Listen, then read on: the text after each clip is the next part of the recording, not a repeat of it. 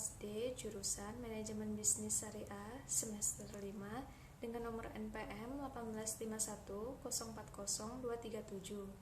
Dalam mata kuliah pasar modal syariah ini, saya akan menyampaikan poin 1 mengenai unit system versus branch system. Apa sih yang dimaksud dengan unit system? Unit system yaitu bursa efek yang berdiri sendiri. Sedangkan branch system adalah bursa efek dengan memiliki kantor pusat dan cabang-cabang. Nah, jadi negara yang membuka banyak unit bursa efek dan secara hukum berdiri sendiri, itu artinya negara tersebut menganut unit system. Negara apa sih? Negara Jepang, India, Indonesia. Sedangkan negara yang hanya memiliki satu bursa efek akan tetapi dia membuka cabang-cabang di kota-kota besar, itu artinya negara tersebut menganut branch system. Lalu adakah negara yang menganut sistem keduanya? Ada, yaitu negara Amerika. Amerika menganut sistem keduanya sekaligus. Ini adalah contoh bagan bursa efek dengan unit system. Dan ini adalah contoh bagan bursa efek dengan branch system di Singapura.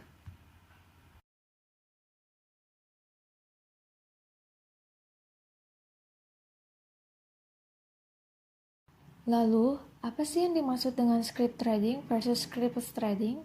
Script trading adalah perdagangan bursa efek yang penyelesaiannya atau settlement dilakukan dengan cara si investor membeli dan menerima efek secara fisik atau lembaran saham dan si penjual menyerahkan secara fisik saham.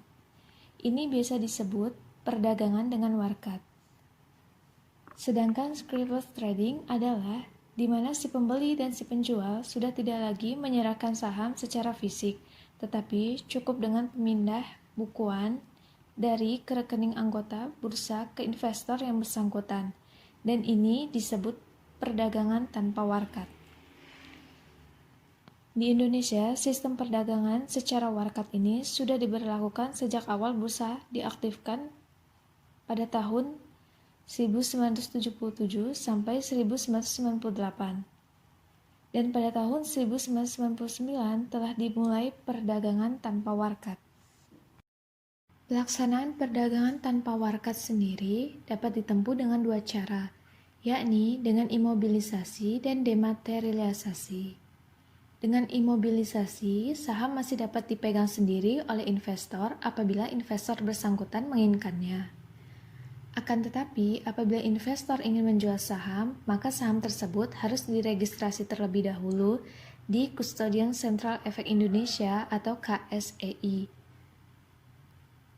Cara imobilisasi ini dipilih karena saham-saham sudah terlanjur beredar di tangan masyarakat dan sangat cocok untuk masa transisi dari sistem warkat menjadi sistem tanpa warkat. Untuk dematerialisasi berarti tidak terdapat lagi saham yang beredar di masyarakat.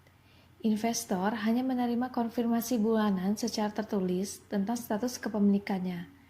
Jumlah saham yang dijual oleh perusahaan kepada masyarakat luas adalah dalam bentuk jumbo stok yang disimpan oleh KSEI. Sekian penjelasan materi yang bisa saya sampaikan di video ini. Wassalamualaikum warahmatullahi wabarakatuh.